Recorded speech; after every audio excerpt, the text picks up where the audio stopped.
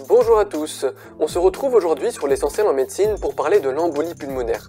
Commençons déjà par un petit rappel sur la circulation sanguine. Quand nous respirons, l'oxygène arrive dans nos poumons et se retrouve rapidement dans le sang au niveau des veines pulmonaires. Ces veines pulmonaires rejoignent la partie gauche du cœur qui va chasser le sang oxygéné dans tout le corps via les artères. Une fois que les organes ont reçu l'oxygène nécessaire à leur fonctionnement, ils rejettent leurs déchets comme le dioxyde de carbone ou CO2 dans les veines.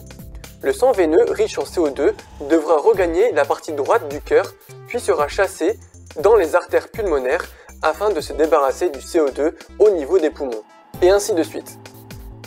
L'embolie pulmonaire, c'est donc l'obstruction d'une artère pulmonaire par un caillot de sang appelé thrombus. Dans 70% des cas, le thrombus était initialement dans les veines profondes des jambes puis a migré jusqu'aux poumons. En effet, si le flux sanguin est ralenti au niveau des veines profondes des jambes, des caillots vont avoir tendance à se former, c'est ce qu'on appelle la phlébite profonde ou thrombose veineuse profonde. Dans la phlébite profonde, la jambe est alors enflée et douloureuse, bien qu'il existe des formes asymptomatiques.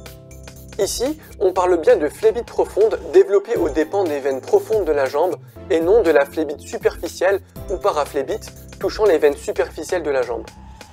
Chaque année, environ 15 000 personnes décèdent des suites d'une embolie pulmonaire. C'est donc une maladie grave dont le traitement doit être initié rapidement. Il existe des formes plus ou moins sévères d'embolie pulmonaire. Ça va du séjour en réanimation à l'hospitalisation classique ou bien même une prise en charge ambulatoire dans certains cas. À la phase initiale, des symptômes sont présents dans seulement 40% des cas.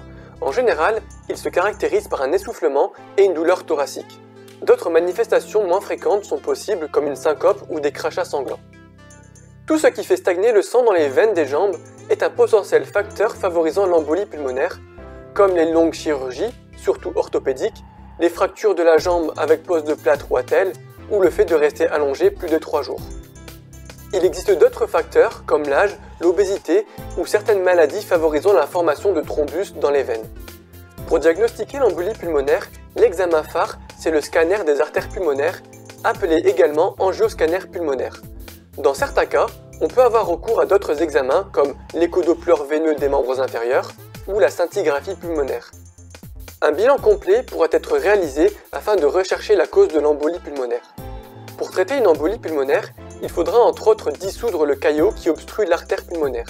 Les modalités du traitement dépendront bien évidemment de la sévérité de l'embolie pulmonaire, mais reposent dans tous les cas sur des médicaments anticoagulants.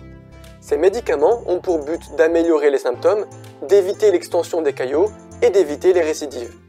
Des bas de contention sont généralement prescrits pour éviter la stagnation du sang veineux dans les jambes. Bien que le plus souvent l'embolie pulmonaire évolue favorablement sous traitement médical, cette maladie n'est pas à prendre à la légère car responsable d'une mortalité non négligeable. Pour finir, petit conseil pour ceux qui ont prévu de faire un long voyage après le confinement. Ne portez pas de pantalon serré durant le voyage, hydratez-vous bien et contractez les mollets assez régulièrement. Tout ça permet d'éviter au sang veineux de stagner dans les jambes. Mais avant ça, n'oubliez pas de liker la vidéo, de vous abonner et d'activer la petite cloche. À bientôt!